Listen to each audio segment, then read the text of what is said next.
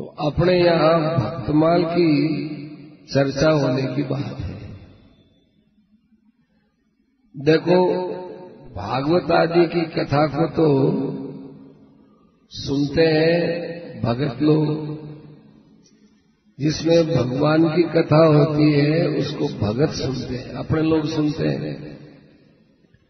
और जहां केवल भक्तों की ही कथा होती है उसको भगवान सुनते हैं। तो भगतमाल में भक्तों की कथा मुख्य भक्त है, भगवान गौण होते हैं। भगवान तो उनके पीछे पीछे रहते हैं। और ये जो भक्तमाल होते हैं, मैंने भक्तमाल की कथा को जानने वाले पुरुष महापुरुष हुए, उनको भगवान की भक्ति और भगवान ये सब बड़े सुलभ होते थे, बड़ी बात नहीं थी। उनको तो भक्तों का चरित्र बना लगता है। कोई भगवान की बात आ जाए तो और कोई आगे, कोई बड़ी बात नहीं है। वृंदावन में एक भक्तमाली जी थे, बड़े अच्छे संत थे।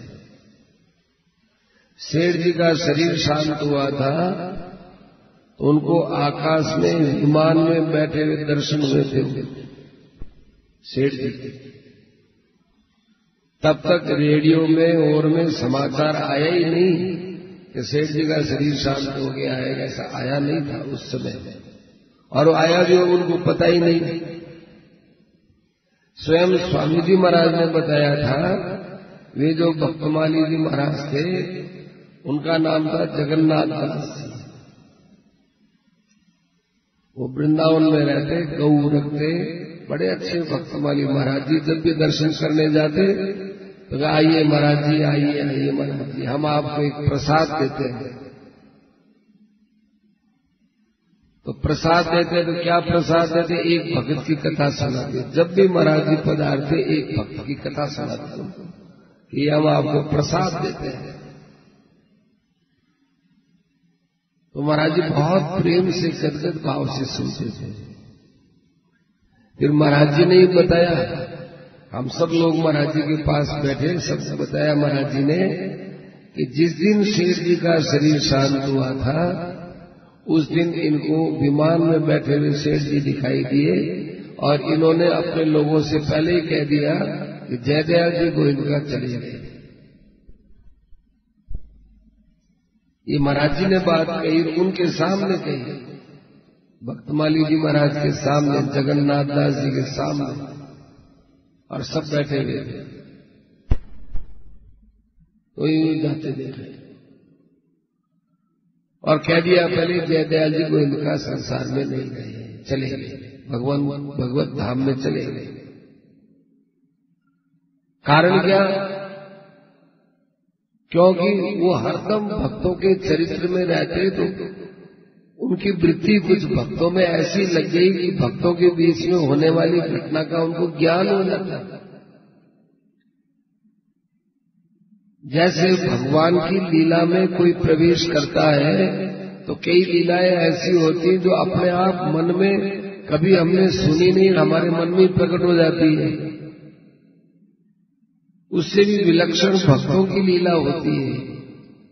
तो भक्त है वो हरदम भक्तों के अंदर ही लीन रहता है। ऐसे करते करते करते उसको भक्तों की कई नई चीजें याद आ जाती। उनमें नाभाजी महाराज बड़े ऊंचे भक्तमाली भी, भक्तमाल लिखा उन्होंने, और उनके द्वारा लिखी हुई भक्तमाल पर खूब संतों ने विवेचन किया और करते भी रहते हैं। भक्त भक्ति भगवंत गुरु चतुर्नाम मपोए, इनके पद वंदन किए नासत विघ्न अनेक। इन्हीं का ही बनाया हुआ दोहा है नाभाजी महाराज। तो कहने में चार होते हैं, भागवत में भी आता है। भागवत में आता है कि उद्धव आचार्य माम विजानिया, जो अच्छे संत महापुरुष जनता के हित के लिए उपदेश देने वाले होते हैं, अनुभवी होते हैं, केवल उपदेश ही नहीं अनुभवी महापुरुष होते हैं, उनको मेरा स्वरूप समझना चाहिए। और जो महापुरुषों को अलग समझता है और मुझे अलग समझता है, उसका शास्त्र ज्ञान वैसे ही है जैसे हाथी का स्नान करना। हाथी जाए गंगा जी में, सूंड में पानी भर ले, खूब छिड़क ले, नहाले धोले, और बाहर आए तो बस मिट्टी के अंदर वही मिट्टी उछालने लग जाए, तो उसका गंगा जी में स्नान करने का क्या अर्थ हुआ? कुछ नहीं हुआ। ऐसे ही जो संत महापुरुष अनुभवी पुरुष होते हैं, वो मेरे ही स्वरूप होते हैं। गीता जी में भी आया है कि परम भूय प्रवक्ष्यामि यद ज्ञात्वा मुनयः सर्वे पराम सिद्धिमितो गता मम साधर्म्यमागता। मम साधर्म्यमागता, मेरी सधर्मिता को प्राप्त हो गए। भगवान और भक्त है, इन दोनों की सधर्मिता, एक जैसी धर्मिता होती है। अब कोई कहेगा कि भाई भगवान तो अनंत सृष्टि को बनाने वाले हैं, क्या महापुरुष सृष्टि को बनाते हैं? क्या महापुरुष सृष्टि को बनाते नहीं? महापुरुष अपने आप को भगवान में सबके हित के लिए जोड़ लेते हैं, सबके हित के लिए महापुरुष लगे रहते हैं।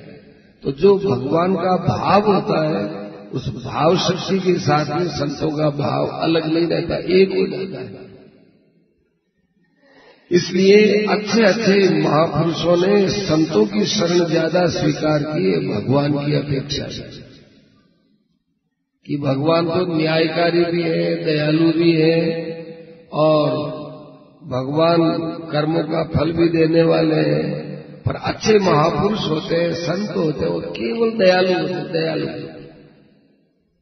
उन संतों के पास रहने मात्र से जितना भगवान अपने भक्त का कल्याण सुगमता से नहीं करते, उतने संतों के पास रहने वाले का कल्याण कर देते। आज सुबह की कैसेट में बात आई थी ना, एक महात्मा जी थे उड़िया बाबा, वो अपने गुरु के वहां हिमालय की तरफ रहते, तो अंदर नहीं आने देते गुफा में, बाहर बैठ गए, अंदर आएंगे तो लाठी मारेंगे, तो वो बाहर बैठे रहते। थोड़ी सी बात होती, बात बात में झड़क देते उनको, फटकार लगाते हैं। कभी हंस करके विशेष बोले नहीं, बस वो पास मिले डांटते, दूर बैठ बैठ, वहां बैठ बैठ, वहां बैठ बैठ। लेकिन उन्होंने भी उनको छोड़ा नहीं, बराबर उनके पास में रहे, तो आगे जाकर बड़े अच्छे महात्मा हो गए। उनके निर्देश में रहे, उनके आदेश में रहे, उनके अंकुश में रहे, अपने मन के अनुसार नहीं रहे। जैसे भगवान की शरण होने वाला व्यक्ति की पहचान क्या है? भगवान की कोई शरण हो गए हैं तो उसकी पहचान क्या है? कि अपने मन की न और भगवान के मन की होती, उसमें खुश रहेगी। मेरे मन की नहीं हुई, भगवान के मन की हो गई, वो भगवान के शरण होता है। अर्जुन ने यही कहा, करिष्ये वचनम तव। ऐसे ही महापुरुष के मन के वृत्तियों को समझ करके अपने मन को हटाकर उनके मन का ही काम पूरा करता है, तो भगवान उसके कल्याण में ज्यादा उत्साहित होते हैं। ऐसी बात है। अब बताएं, जीव का ये बंधन कैसा है? ये जीव संसार में से परमात्मा से हट करके संसार में कैसे फंस गया, क्या बात है? तो उसको एक दृष्टांत से, एक उदाहरण से समझाते हैं कि एक राजा था, उसके इकलौता ही बेटा, एक ही लड़का था। तो उस एक लड़के के खूब अच्छे गहने पे, छोटा बच्चा खूब गहनों से। अब राजा के यहाँ कोई गहनों की, हीरे मोती की कमी थोड़ी थी। अच्छी माला पहना रखी, अच्छे आभूषण पहना रखे, और एकमात्र लड़का, वो वैसे भी बहुत लाडला होता है, तो बहुत प्रेम था उस राजा का। अब उस बच्चे को किन्हीं चोरों ने देख लिया, बहुत आभूषणों से लदा हुआ है। तब क्या करें, राजा के बच्चे को कैसे उठा के लाए? तो एक बड़े अच्छे शरीफ वेश में गए। राजा के यहां शरीफ वेश में गए, अच्छे वेश में, सज्जन वेश में, बड़ी सज्जनता से बातें की। राजा को क्या पता, राजा ने देखा कि ठीक कोई अच्छे भले आदमी आते हैं, तो वो आते गए जाते गए, रोज आते जाते जाते जाते जाते एक दिन मौका पाकर बच्चे को उठा के ले गए। आभूषणों सहित ही उस बच्चे को ले गए चोर, और ऐसे गए कि वापिस आए वो जंगलों में चले गए, बहुत दूर जंगल में चले गए। राजा को बड़ी चिंता होगी, मेरा बच्चा कहाँ गया, कहीं जीवित है कि मर गया, कि क्या बात है। खूब रोया धोया, चिल्लाया, क्या करे बेचारा।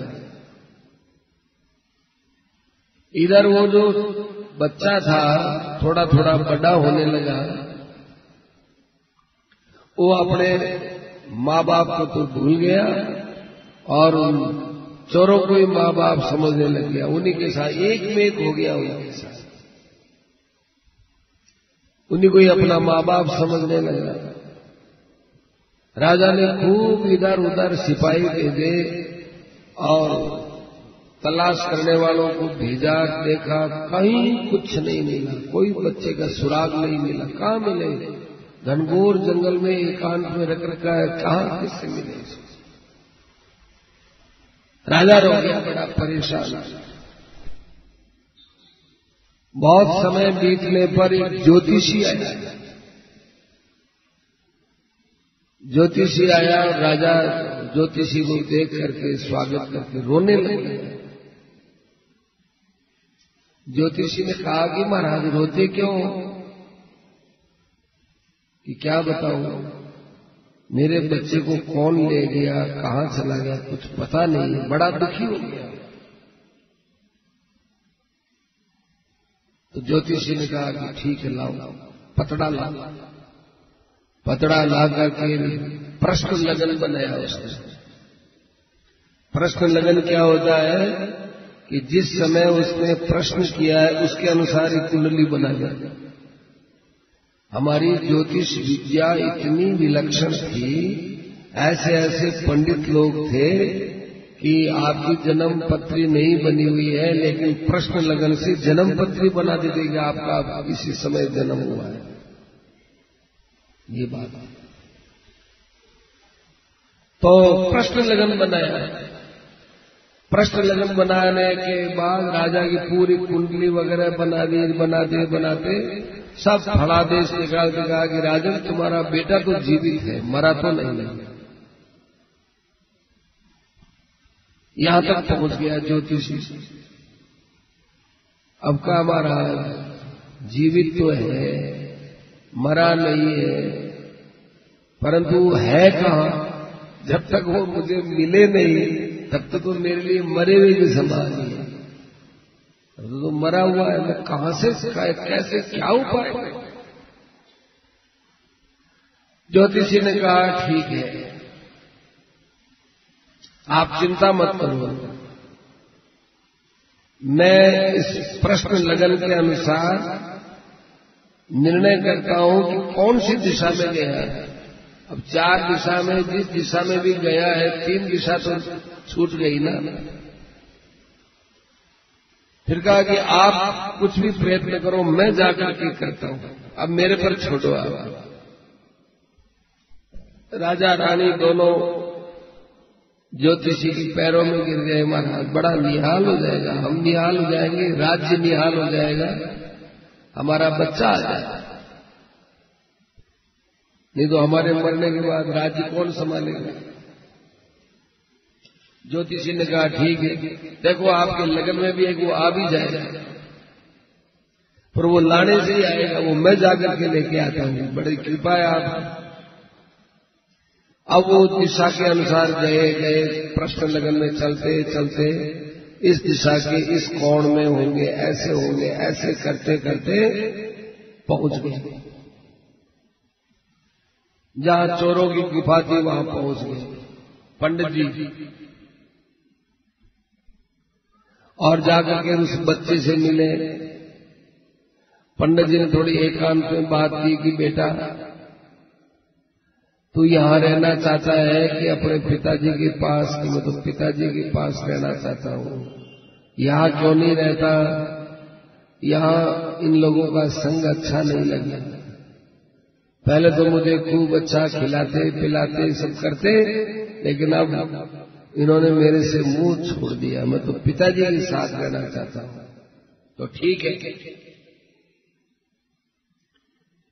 तुम ये मत कहना इन लोगों से कि मैं तुमको कोई जानने वाला हूं या तुम्हारी हमारी कोई बात हुई, कहना नहीं इनसे कि ठीक है। ज्योतिषी उस बच्चे से मिलकर राजा के पास गए और बता दिया कि वहां ऐसे ऐसे भीलों के चक्कर में पड़ा हुआ जीवित है। इतना मिलने के बाद फिर क्या था, राजा के सिपाही गए, भीलों को मार दिया और बच्चे को ले आए, और राजकुमार जो है वो आनंदित हो गया, राजा भी आनंदित हो गया। इसका अर्थ क्या हुआ? इसका अर्थ यह है कि परब्रह्म परमात्मा है वो तो है राजा, और जितने जीव हैं ये जीव है राजकुमार। अब राजकुमार है तो इनके जो सद्गुण है वो है आभूषण कहने, जितने हमारे सद्गुण हैं वो हमारे आभूषण है। जीव अच्छे अच्छे गुणों से जुड़ा हुआ है, और काम क्रोध लोभ मोह आदि ये चारों ठग है, ठग। ये ठग आकर के अच्छाई के रूप में आते हैं। देखो लोग कहते हैं कि भाई कुछ न कुछ इच्छा रखोगे तो महान बनोगे, नहीं तो हम कोई पत्थर थोड़े ही है कि हमारे कोई इच्छा ही न हो। काम को अच्छा मानते हैं, क्रोध को कहते साहब मेरे को ऐसा क्रोध आता है, मैं ऐसा फटकार देता हूं, मैं ऐसा कर देता हूं, ये क्रोध को अच्छा मानते हैं। लोभ को लोग अच्छा मानते हैं कि मालूम है हमने कैसे पैसा इकट्ठा किया है, धीरे धीरे अपनी आवश्यकताओं को काट काट करके हमने इतना पैसा इकट्ठा किया है, ये किया है, इसे ऐसे लोभ रखे बिना कोई पैसा थोड़ी होता है, उसको अच्छा माना। संसार की इच्छाओं को अच्छा माना, क्रोध को अच्छा माना, लोभ को अच्छा माना, और अहंकार को तो कोई बुरा मानता ही नहीं है। मैं ऐसा हूं, मैं ऐसा हूं, मेरा अपना रुतबा अलग है, मैं अपने ढंग से रहने वाला हूं, मेरा कुछ और ही हिसाबदारा है। ऐसा करके लोग अपने अहंकार को शुरू से ये क्या है, चोरों को अच्छा मान लिया, चोरों को अच्छा मान लिया। देखो सारे दृष्टांत पूरे घटते नहीं है, वो परब्रह्म परमात्मा इन चोरों को अच्छा थोड़ी मानता है, जबकि राजा ने तो इनको अच्छा माना। पूरा दृष्टांत नहीं करता है, पर ये जितने दोष हैं ये अच्छाई के वेश में आते हैं। महाराष्ट्री कहा करते थे कि जो बुराई अच्छाई के रूप में आती है उस बुराई का त्याग करना, उसका त्याग होना बहुत कठिन होता है। तो बुराई अच्छाई में आ गई। आप किसी आदमी को ये कहो कि देखो ये आदमी है ना, ये विश्वासघात करने वाला है, इनके साथ विश्वासघात किया, इनके साथ किया, इनके साथ किया, मेरे साथ भी किया, ये विश्वासघाती है, थोड़ा सावधान रहना। आपने अपना समझ करके, आत्मी समझ करके उसको कहा, परंतु वो समझता है कि नहीं ऐसा है ही नहीं, तो बहुत अच्छा आदमी। अब वो जब बहुत अच्छा आदमी समझ रखा है तो आपका विश्वासघाती कहना कोई अर्थ नहीं रखता। बुराई अच्छाई में आ गई। इसीलिए कहा कि बुराई को बुराई मान लेंगे तो फिर बुराई जीवन से निकल जाएगी। आज हमारी बुराई क्यों नहीं निकलती है? इतना हम सुनते हैं, समझते भी हैं, लेकिन अंदर से बुराई निकलती क्यों नहीं कि हम बुराई को अच्छा मानते हैं, उस बुराई का सुख लेते हैं, उस बुराई को हमने बुरा समझा नहीं है। बुराई को बुराई समझ लेंगे तब फिर वो बुराई हमारे अंदर से अपने आप निकल जाएगी। ये साफ कायदा है। बुराई को बुरा माने, बुराई अच्छा नहीं है, तो हृदय से उसको अस्वीकार कर दिया, फिर वो बुराई टिक नहीं सकती। तो ये काम, क्रोध, लोभ और अहंकारी 4 महान डाकू जो कि चोर थे, लेकिन अच्छाई के वेश में आए तो पता नहीं चला और बच्चे को उठा ले गए। ये जीव इनके चक्कर में पड़ गया और राजा से, माने परब्रह्म परमात्मा से, इस जीव को इन चोरों ने बहुत दूर ले जाकर के रख दिया और लूटने लग गए। इसके जो आभूषण थे, गुण थे, सद्गुण थे, उनको लूटने लगे। ऐसा करते करते करते एक दिन ज्योतिषी आता है। ज्योतिषी कौन है? संत महापुरुष। जब वो संत की बात बोलते हैं कि अच्छा काम करोगे तो ऊंचा लोक मिलेगा, भविष्य की बात संत बताते हैं। ज्योतिषी भी यही कहता है कि देखो जी, आपके ऐसे दिन आने वाले हैं, ऐसे दिन आने वाले हैं, ऐसा ही है। भूतकाल की भी बात ज्योतिषी बताता है। एक ज्योतिषी ने एक आदमी को बता दिया कि भाई तुम्हारे इतने इतने भाई थे, इतने भाई तुम्हारे चले गए और ये परिवार में तुम्हारे पूरा विवरण करके बता दिया, जबकि उसको जानता ही नहीं, उसको जानता ही नहीं था। सब बता दिया, ये हुआ, ये हुआ, ये हुआ, जानता ही नहीं था। अस्तु। तो ज्योतिषी है, ये महापुरुष होते हैं जो भूतकाल की बात बताते हैं। अपने भूतकाल की बात क्या बताते हैं कि भाई देखो, भगवान का भजन नहीं किया पिछले जन्मों में तो न जाने कितनी योनियों में भटकते भटकते भटकते अब आए। तो भूतकाल की बात महात्माओं ने बता देना कि हमको भूतकाल की बताओ कि वो कौन सा परिवार था, कौन सा गांव था, कौन सा क्या था। अरे ये तो कृपा है भगवान की कि पिछले जन्म के बारे में अपने को याद नहीं। इस जन्म का ही मोह नहीं छूटता है, पिछले जन्मों के और माँ बाप भाई बंधु याद आ जाएंगे तो वो और मोह बढ़ जाएगा, फिर और मोह बढ़ जाएगा। जितना ज्यादा पिछला जन्म का ज्ञान होगा उतना ज्यादा संसार में हमारा मन फैलेगा। पानी होता है, जितनी दूर फैलता है उतना ही कादा बनता है वहां। पानी जो फैलता रहेगा तो कादा बनता रहेगा। ऐसे ये मन जहां तक ये मेरा है, ये मेरा है, ये मेरा है ऐसा करता रहेगा, वहां ये मेरेपन का कादा हो जाएगा। कादा मैं और मेरापन, इसको कहा है संसार करदम, संसार का कीचड़।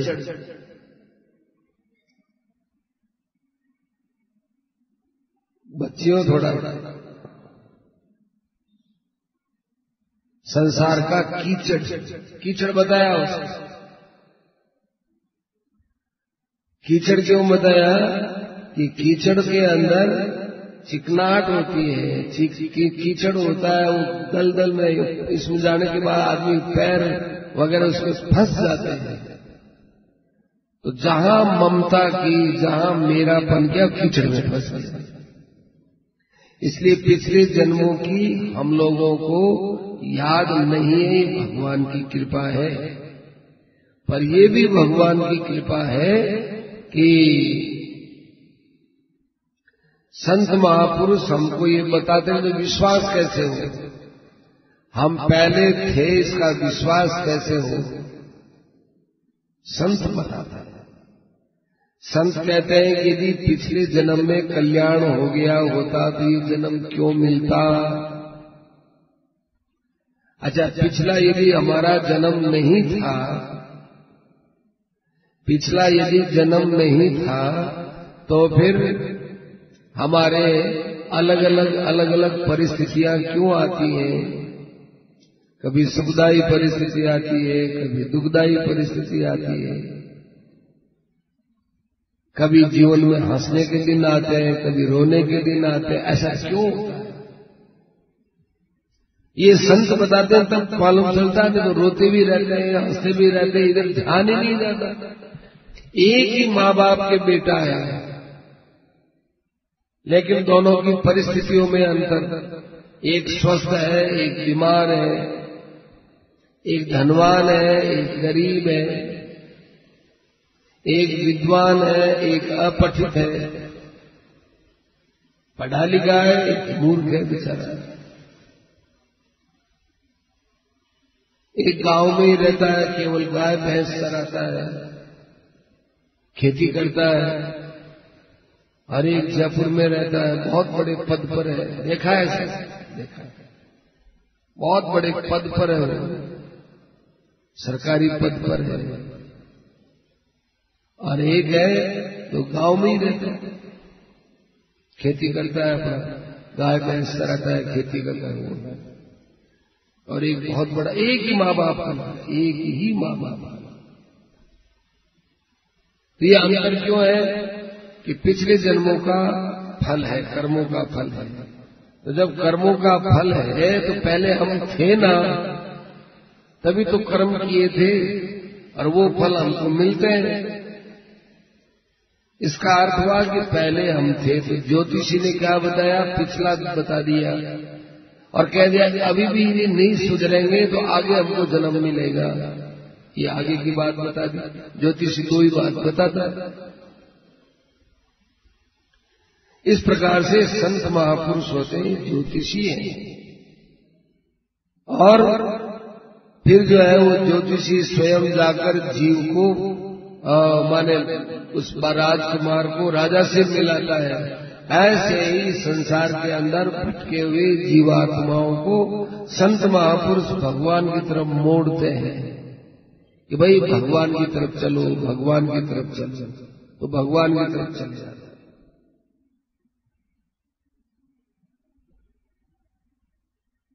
तो ईश्वर और जीव, भक्त और भगवान, इनके बीच में संत का होना बहुत जरूरी होता है। संत नहीं हो तो बड़ी मुश्किल हो जाएगा। इसलिए संत है, भक्त है, इनका चरित्र जब तक आदमी नहीं सुनता है तब तक उसको इस विषय में ज्ञान ही नहीं, श्रद्धा ही नहीं होगी। एक और बात आती है, भगवान के एक भक्त थे श्रीपति। श्रीपति नाम के एक भक्त थे, बहुत गरीब थे। वो गरीब भक्त थे तो उनकी पत्नी उनको बार बार कहते कि अपने यहाँ कुछ खाने के लिए नहीं है, आप इतने बड़े कवि हो, थोड़ा जाकर के बादशाह की स्तुति करो, कितना धन मिल जाएगा। देखो उसने स्तुति गाई, देखो उसने स्तुति गाई, देखो उसने स्तुति करी। वो भी तो कवि है ना। बादशाह के ऊपर खूब अच्छा उन्होंने छंद बना दिया और बादशाह ने सोने की मोहरें दे दी। आप इतने ऊंचे कवि होकर के और घर में आपको भोजन के लिए परेशानी होती है, तो आप भी कुछ ऐसा ही करो। श्रीपति ने कहा कि देखो, मैं अपने जीवन में कोई कविता भगवान की प्रशंसा के अलावा किसी मनुष्य की नहीं बनाता, क्योंकि भगवान की जब प्रशंसा करते हैं तो हमारे अंदर प्रेम पैदा होता है और किसी आदमी का गुणगान करते हैं तो स्वार्थ पैदा होता है, और स्वार्थ से जो धन आता है वो धन नुकसान करता है। और भगवान की भक्ति से ही गरीबी आती तो गरीबी तो आती हो, लेकिन उस गरीबी से कष्ट नहीं होता है। जैसे किसी आदमी के शरीर में ऑपरेशन करना है तो उसको कोई इंजेक्शन लगा दिया तो हाथ सूना कर दिया, सूना होने के बाद अब उस हाथ को काटते हैं, हथौड़े से भी तोड़े करे, जो कुछ भी करे, कोई दर्द नहीं होता उसको। क्यों नहीं होता है? इसमें सूने पर का इंजेक्शन लग गया, तोड़ो। अब हाथ तोड़ना कटना लगता तो बुरा है, पर उसको दर्द नहीं होता, फिर चाहे कितना ही कटवाना। ऐसे ही गरीबी से रहना है तो थोड़ा मुश्किल, परंतु भगवान की भक्ति हमारे पास है तो फिर गरीबी है तो क्या करेंगे? फिर कोई गरीबी का कोई दोष नहीं। पत्नी ने कहा कि नहीं आप जाओ, देखो बिल्कुल ही खर्चा नहीं चलता है, आप देखो तो सही, घर खर्चा मेरे को चलाना पड़ता है, और आपको जब भोजन नहीं मिलता है तो फिर मैं तो भोजन कर ही कैसे सकती थी।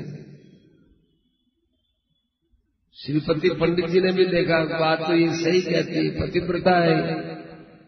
पतिव्रता का ये लक्षण है कि पति के सुख में ही उसका सुख होता है। पति सुखी है, सुखी। एक स्त्री बहुत बीमार थी तो वो खाट पर पड़ी थी, भयंकर शरीर में वेदना, और वो तो अपनी बड़ी बीमारी से भुगती रही थी, कोई बात नहीं, पर उसके पति को बुखार आ गया। अब वो इतनी बेचैन रहे, लड़के भी कहे माँ तो इतनी क्यों बेचैन होती है? अरे नहीं, तेरे पिताजी के बुखार हो गया, तेरे बापूजी के बुखार हो गया, तेरे बापूजी के बुखार हो गया। आपने अपने शरीर की तो कोई चिंता नहीं है, और अपने पति के शरीर की बड़ी चिंता है। ये पतिव्रताओं का लक्षण है कि पति का सुख ही अपना सुख, पति का दुख ही अपना दुख। तो ऐसे पति भी विचार रखते हैं कि भाई ये पतिव्रता स्त्री है और मेरे किसी हठधर्मिता से इसको कष्ट हो, ये भी नहीं चाहते, पर मैं अकबर बादशाह की स्तुति कैसे करूं? मेरा भी तो नियम रहना चाहिए। वो गया अकबर के पास। अकबर ने कहा सुनाओ साहब, कोई कविता सुनाओ। उसी समय उन्होंने कविता लिखी। कविता लिखी तो उस कविता के अंदर लिखा, ऐसे भगवान है, ऐसे कमल नयन भगवान, ऐसे भगवान की स्तुति करते, ऐसे दयालु भगवान, ऐसे पापियों का उद्धार करने वाले भगवान। तो ऐसे खूब भगवान की महिमा गाई। अकबर खुश हो गया। अकबर ने थोड़ा सा धन दे दिया। अब चाटुकार सब जगह होते हैं, और कवि थे ना, उन कवियों ने जाकर के अकबर को बहकाया कि महाराज ये जो श्रीपति नाम का कवि है ना, ये कभी भी, अब आप इसको सोने की मोहर देते हो और इनाम देते हो, पर ये कभी आपकी स्तुति नहीं गाएगा,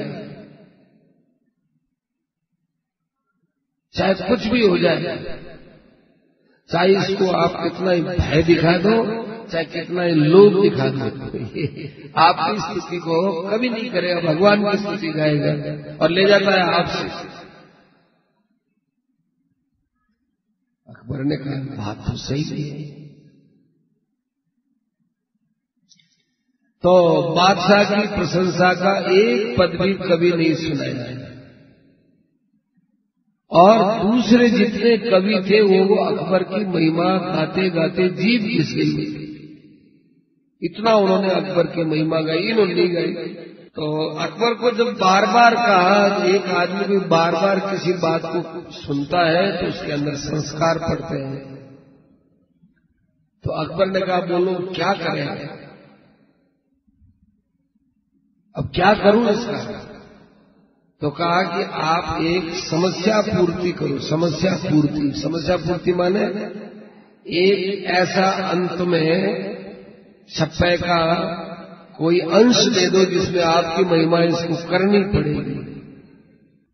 सत्संग में चाहे थोड़े ही आदमी आओ, कोई फर्क नहीं पड़ता, थोड़े आओ तो, पर शांति से सुनने वाले होते हैं, चाहे कितने ही हो, 2, 4, 5, 10। सेठ जी ने कहा, महाराज जी से पूछा कि स्वामी जी के सत्संग कराओ तो लोगों की उपस्थिति को क्या असर पड़े।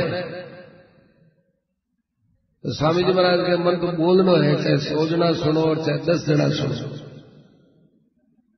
पहले महाराज जी के कम ही आदमी आते थे, आदमियों की संख्या कम थी और वैसे भी कम ही आते थे। अब महापुरुषों की बात को कौन समझे। तो सेठ जी ने कहा कि देखो थोड़े आदमी आते हैं ना तो गहरी बात ज्यादा चलती है, तो थोड़े आदमियों में गहरी बात कहनी चाहिए। भरतपुर में महाराज जी का सत्संग था, ये तो इन्हीं वर्षों की बात है। तो सबसे पहले बजरंगी आधा घंटा तक भजन कीर्तन का कार्यक्रम, आधा घंटा हम लोग भी कुछ बोल देते, उसके बाद महाराज जी पधारते। तो बजरंगी भजन गा रहे थे, कोई नहीं आया।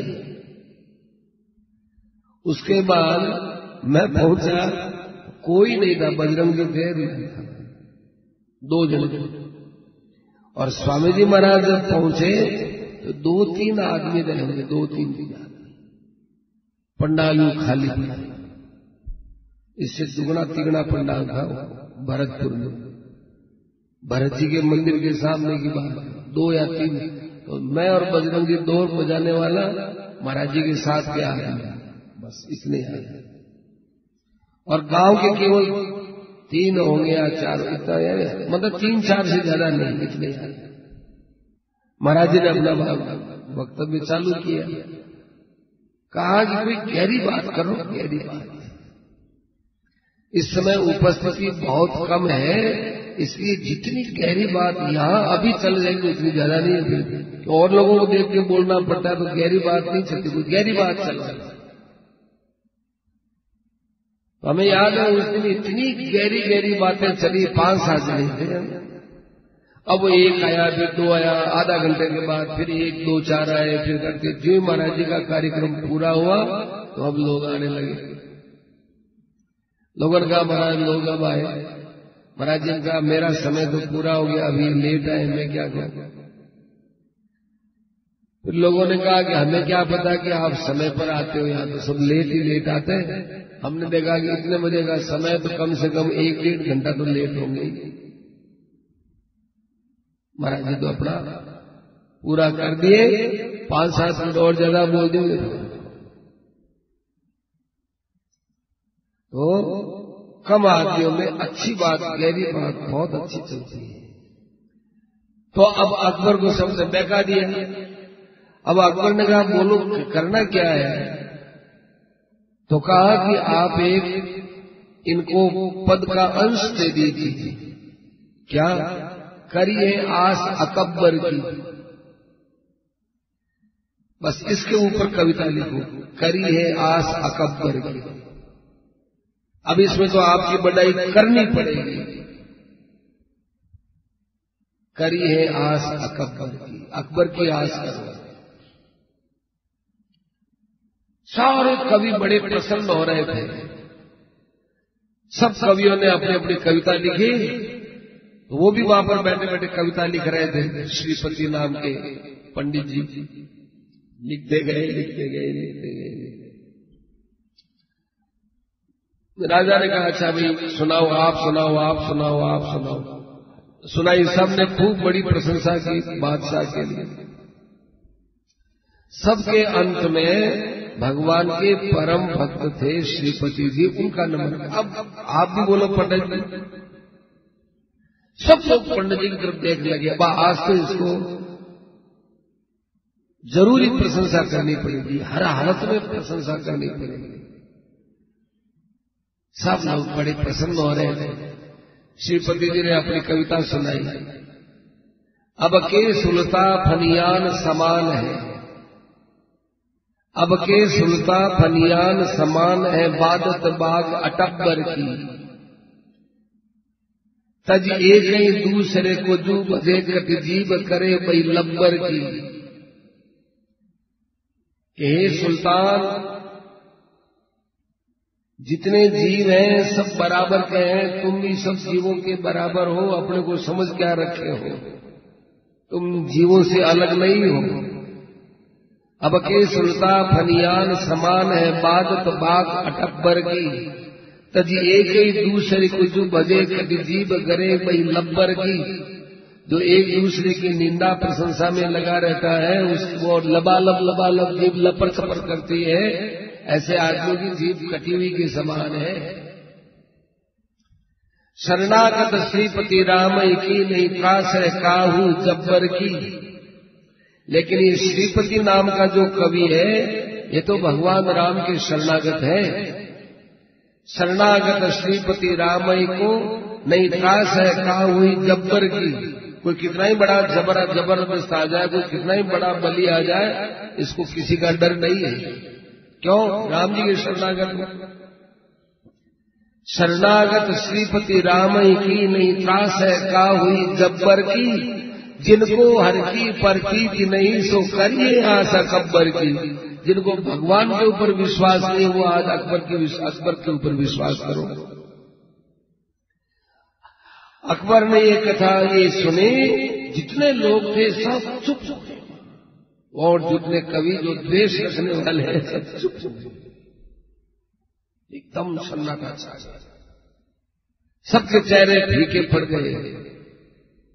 और जो भगवान के प्रेमी भी बैठे हुए, क्या कविता बनाई है।